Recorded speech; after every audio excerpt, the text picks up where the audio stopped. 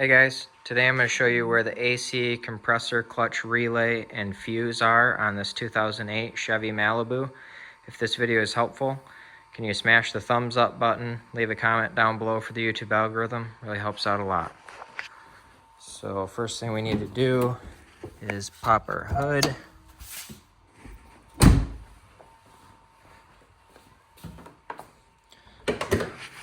Now we're going to take this panel off, so we're going to push this tab in and this tab in right here, and then we can remove this cover.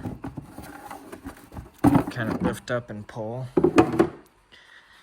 And then we need to remove this cover here, so we squeeze these two tabs and lift. Now we can see our relays and our fuses. So this first 10 amp fuse right here, that is your AC clutch fuse.